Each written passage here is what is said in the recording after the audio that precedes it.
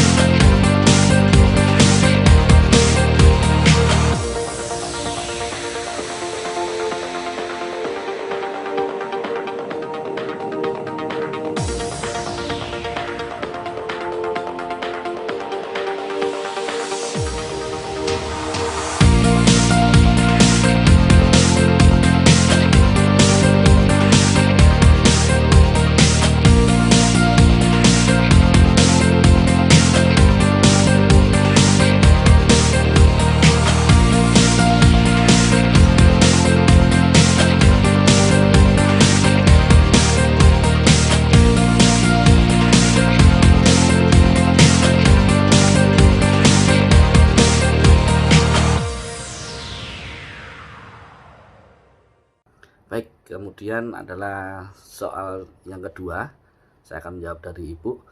Setujukah bahwa keselarasan strategi, culture, dan people itu merupakan kesuksesan organisasi?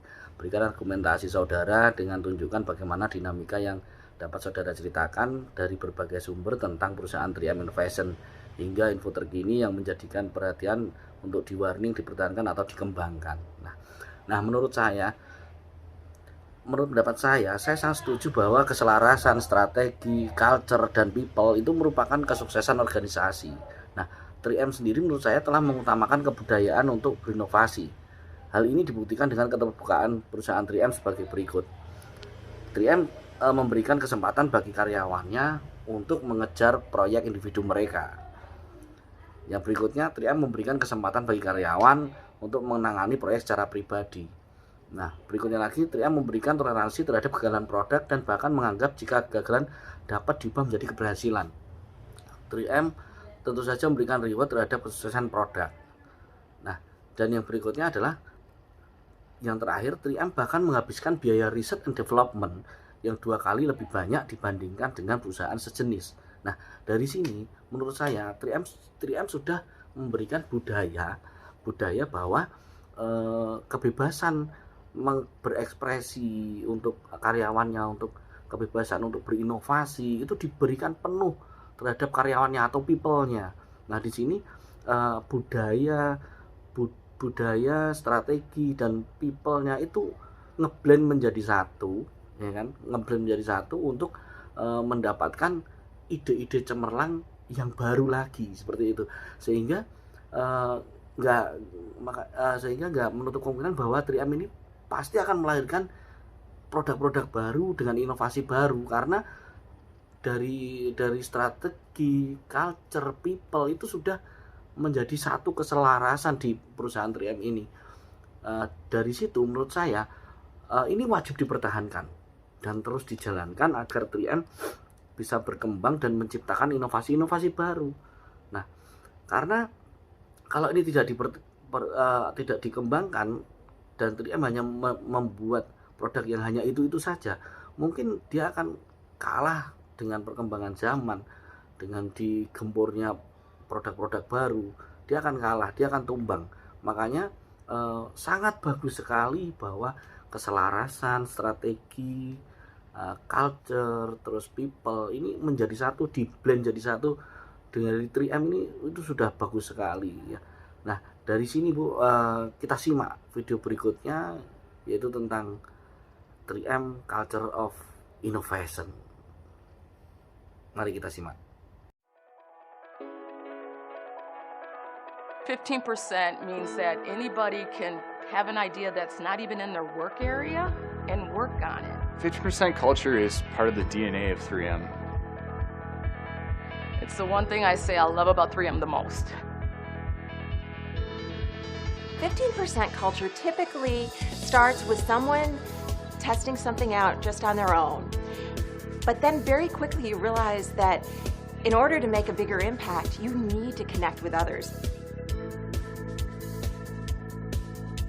There's a lot of really smart people here in 3M. You can come up with a lot of great products, solve a lot of great problems. Everyone, not just scientists, everyone has ideas. If you have a good idea and you can grab a bunch of people to help you develop that idea, it's amazing the things that we can do.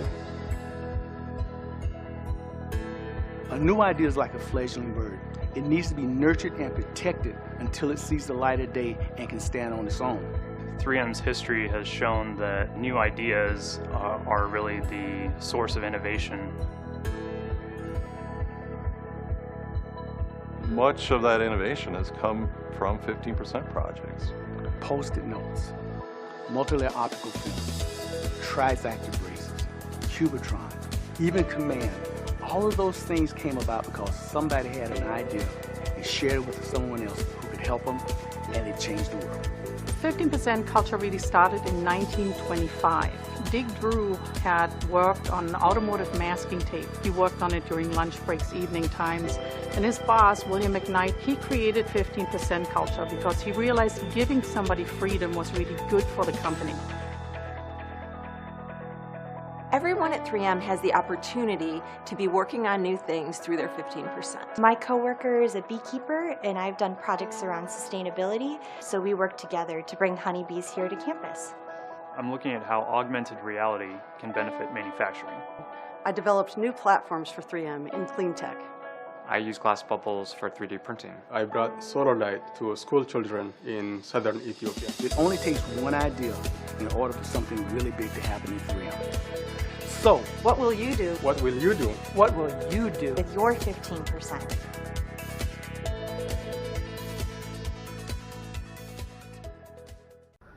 Baik Bu, berikutnya adalah pertanyaan nomor 3. Belajar dari kasus 3M Innovation, apa yang dapat dijadikan pembelajaran bagi perusahaan PNM?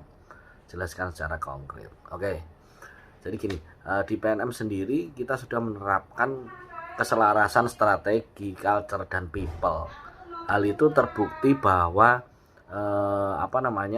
seluruh insan PNM ini diberikan akses penuh untuk berinovasi. Artinya PNM itu masih menerima masukan dari karyawannya untuk jika ada produk baru, ada sosialisasi. Contoh yang kemarin yang terbaru adalah kita mengumumkan pemakaian seragam pakaian kerja. Pakaian kerja itu seperti apa sih yang akan diinginkan PNM gitu kan, yang biar kita semua bisa menjalani secara enjoy, secara enak gitu kan. Nah, dari PNM sendiri membuat seperti semacam kuesioner bahwa semua karyawan itu berhak mengisi atau mencurahkan idenya, apa sih yang akan kita pakai itu tiap hari Senin, Selasa, Rabu, Kamis sampai Jumat. Akhirnya dipilihlah pemakaian seragam yang saat ini, artinya seragamnya tidak resmi, yang resmi hanya hari Senin, yang Selasa sampai Jumat kita berpakaian rapi, kasual, smart kasual seperti itu. Nah, itu salah satu menurut saya itu inovasi juga terhadap PNM, karena PNM yang kerja sekarang banyakkan anak muda, kaum milenial seperti itu. Nah, makanya itu menjadi salah satu budaya. Ini kita bentuk dulu budayanya. Kemudian untuk di bisnisnya sendiri, PNM memberikan banyak strategi yang diberikan kepada tim bisnis, tim di bawahnya. Tetapi semua region, semua area itu diberikan hak penuh untuk menerapkan strategi masing-masing. Strateginya masing-masing dengan budayanya yang masing-masing tentunya, dengan orang yang local people-nya yang banyak pemikirannya. Artinya hal ini kreativitas kita dituntut di sini untuk memajukan PNM. Nah, kreativitas seperti apa yang akan dimunculkan? Nah, itu tergantung kembali lagi kepada teman-teman di area atau di regionalnya seperti itu. Nah, dan di PNM sendiri sudah mengaplikasikan itu. Jadi kita ada knowledge sharing di mana kita mencurahkan strategi kita seperti apa ke depannya untuk region yang kita pimpin seperti itu. Kemudian yuk culture-nya seperti apa kita bangun semuanya gitu kan, sehingga kita mendapatkan finish atau goal-nya di akhir tahun itu sesuai dengan target yang ditentukan sama perusahaan atau PNM pusat tentunya seperti itu Bu. Dan di PNM itu sudah berjalan bagus, dan menurut saya itu wajib dipertahankan karena untuk keberlangsungan perusahaan kita yang dimana pesaing juga semakin banyak bermunculan. Kalau kita tidak melakukan inovasi, tidak melakukan strategi dengan mengajak memberikan ini sebagai budaya, merangkul tim, merangkul tim untuk memberikan masukan mungkin. Nah, itu nanti PNM tidak akan maju. Makanya itu dari sini kita sudah maju semua, artinya ide-idenya tim yang ada di bawah di lapang ini diapresiasi penuh oleh perusahaan. Seperti contoh kemarin ada pembiayaan baru karena kemarin pembiayaan kita hanya berbasis untuk kegiatan UMKM. Nah, ini kemarin di tim lapang menemukan bahwa oh ternyata nasabah ini ada yang dibantu untuk apa? Pembuatan MCK misalnya. Makanya di sini strategi yang terbaru adalah kita menciptakan produk baru, yaitu WOS, namanya Mekar WOS. Mekar WOS itu hanya diperuntukkan untuk pembuatan MCK, untuk kamar mandi, sanitasi dan sebagainya. Nah, ini merupakan produk baru Bu yang launching di tahun kemarin. Nah, itu ada seperti itu karena strategi dari teman-teman di bawah untuk melihat apa sih yang perlu dibiayai selain dibantu selain usahanya, seperti itu. Nah, ada juga renovasi warung Mekar, itu juga ada. Itu dari bawah juga. Kemudian apa sih untuk membantu masyarakat yang di UMKM ini, ya kemudian muncullah pembiayaan warung Mekar. Artinya semua dibiayai, warungnya sampai jadi, sampai tokonya rapi, berdiri bagus. Nah, itu kita biayai semua Bu. Nah, itu juga merupakan salah satu strategi dari teman-teman yang ada di lapang yang sudah terbentuk saat ini, tentunya seperti itu Bu. Mungkin itu dari jawaban dari saya. Mohon koreksinya jika ada salah-salah kata. Salam sehat untuk Ibu, sehat terus, selalu kuat ya Bu ya. Doa saya semoga Ibu sehat terus, sukses selalu buat Ibu. Terima kasih. Wassalamualaikum warahmatullahi wabarakatuh.